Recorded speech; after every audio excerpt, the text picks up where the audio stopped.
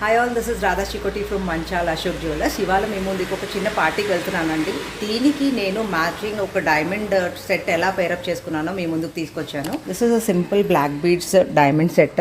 దీనికి మనము డైమండ్స్లో కస్టమైజ్ చేసామండి.